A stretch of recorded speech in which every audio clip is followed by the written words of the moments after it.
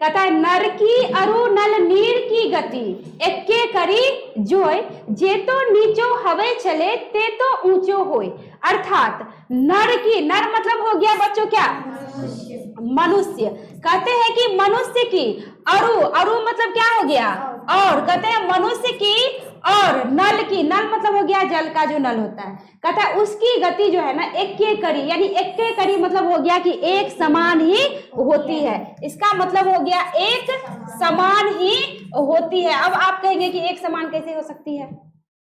एक समान इसलिए कहता है जे तो नीचे हवे, जिस प्रकार मनुष्य जितना विनम्र होता है, पढ़े लिखे मनुष्य जो जितना ज्ञानी ध्यानी होंगे वो उतना ही क्या होते हैं, विनम्र होते हैं, झुके होते हैं, है ना।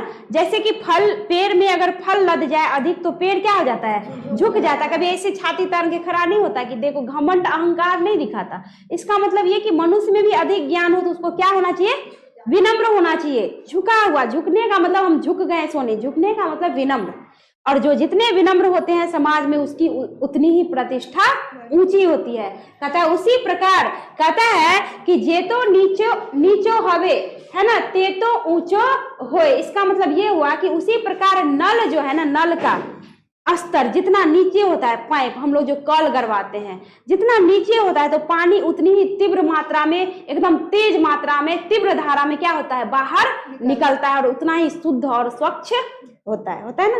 तो उसी प्रकार कहता है कि जे तो नीचो हवे, कि मनुष्य भी जितना ज्यादा विनम्र होते हैं, कहता है ते तो ऊंचो होए, यानी समाज में उसकी प्रतिष्ठा उतनी ही ऊंची होती है। क्लियर?